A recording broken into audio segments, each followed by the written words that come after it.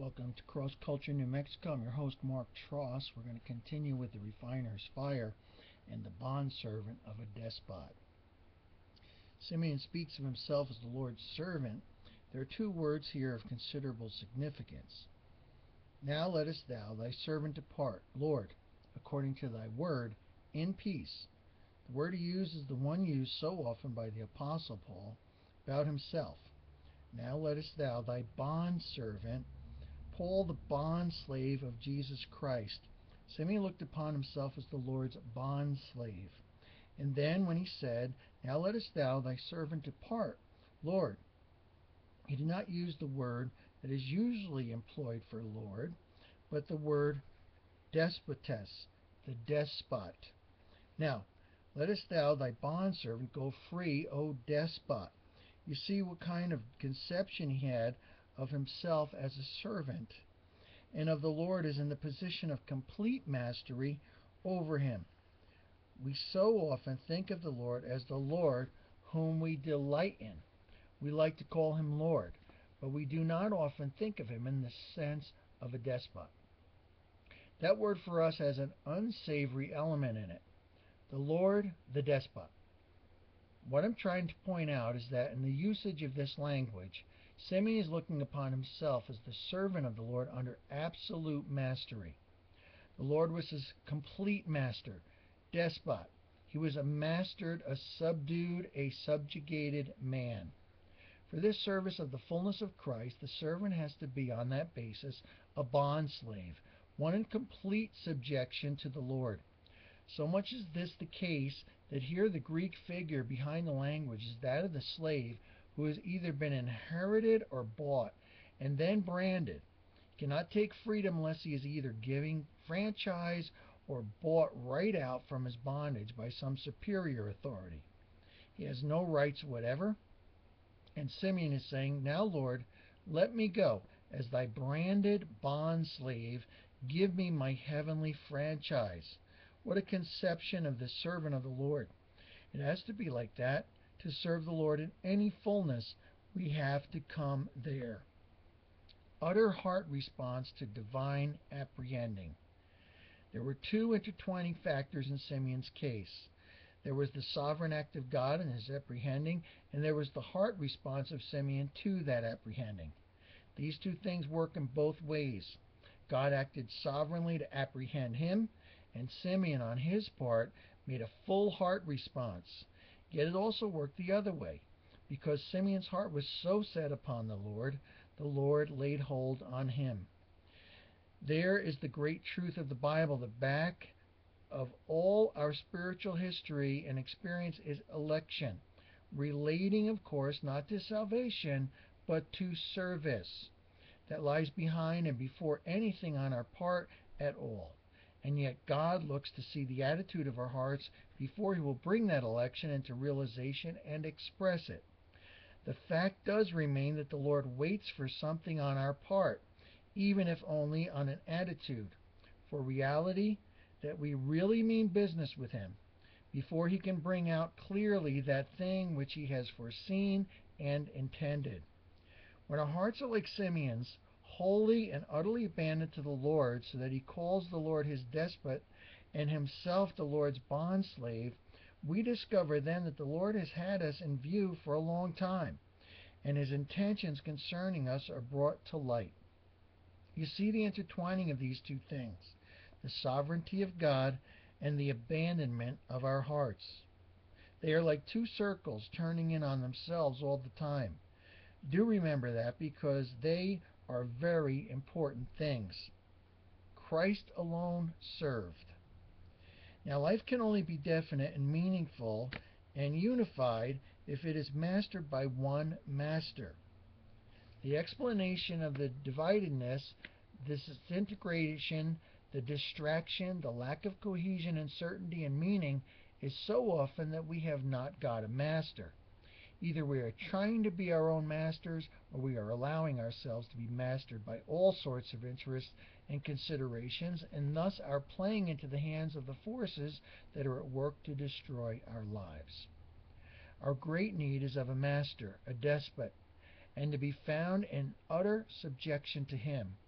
What Paul, the man who knew all about this, called being apprehended by Christ Jesus, that was Paul's conception of his conversion. One day the Lord put his hands on him, said, "Now, Paul, I have got you. What will you do about it?" And the wholehearted response, never gone back upon, was, "What shall I do, Lord?" Acts 22:10. From that time, Paul called himself the bondslave of Jesus Christ. The one thing that concerned him was to be a subjection to Christ, or for Christ to be absolutely Lord. If it is not like that, life will be a confusion, a civil war inside of ourselves. Unless there is one absolute master, life will be a misfit. We shall have missed the thing for which God made us until he is our master. Take Paul as an example. Paul was making havoc of his own life as well as of the life of many others while he was in rebellion against the Lord, while he was kicking against the goads. That became perfectly clear after the Lord got the mastery. And what was more, and what is always true, of course, where there is this lack of complete subjection to the Lord, Satan was the driving force behind Paul. He thought he was his own master, but he was being driven. He was helpless before the drive of this evil power.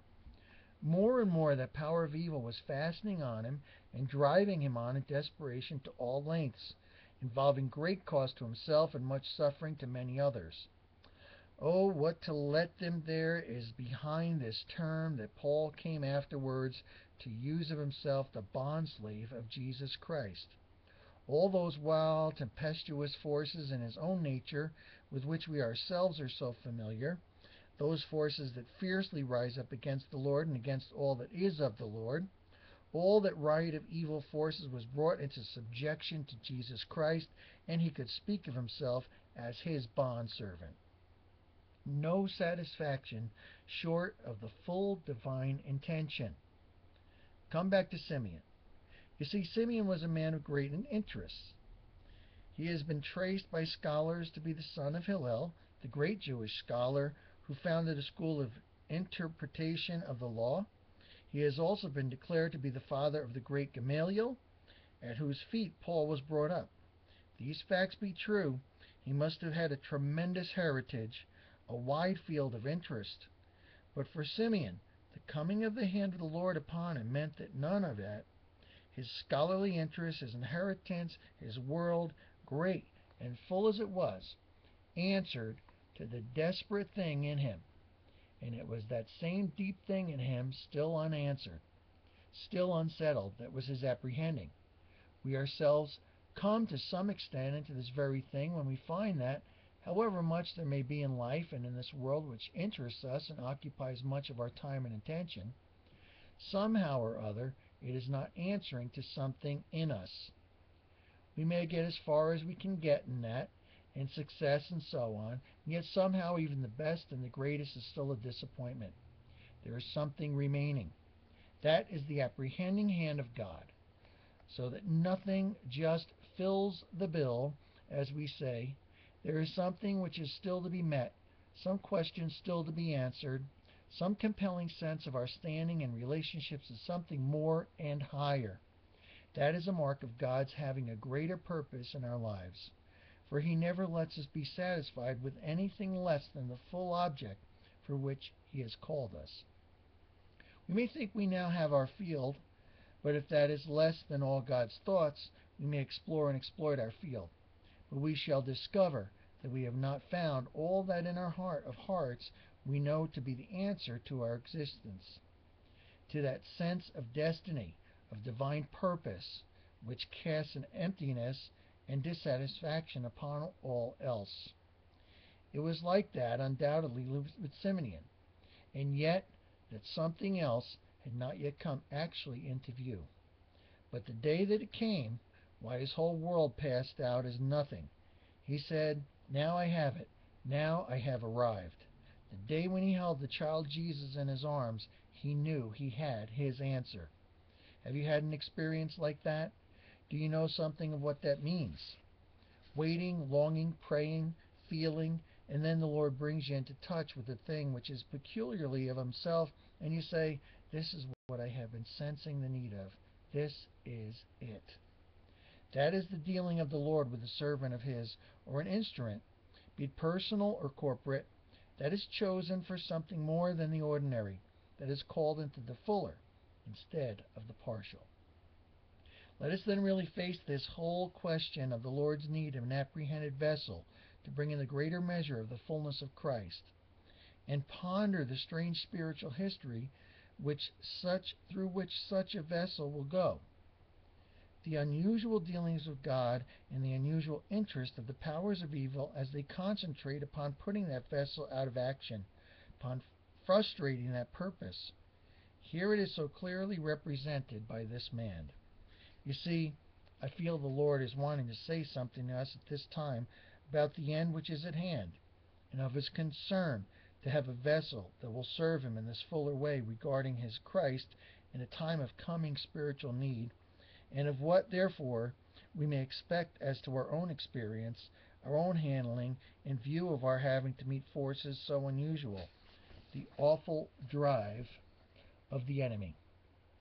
How necessary it is for there to be more than an ordinary abandonment to the Lord, coming to the place where He is Master and Lord in every truth, and where we are utterly subject to Him. Let us make this a very definite matter of prayer. If we can at all discern these signs, both as to the world and the coming phase of things, as well as in our own spiritual experience, let us see that they are of tremendous meaning, and get very much to the Lord, that He shall find us a vessel to hand completely under His mastery. You've been listening to Cross Culture New Mexico. I'm your host, Mark Tross. Join us online at crossculturenm.weebly.com. Follow us on Twitter. Like and share our Facebook page, Cross Culture NM, and be sure to join our worldwide Yahoo group. Next time we'll be talking about Be Ye Enlarged.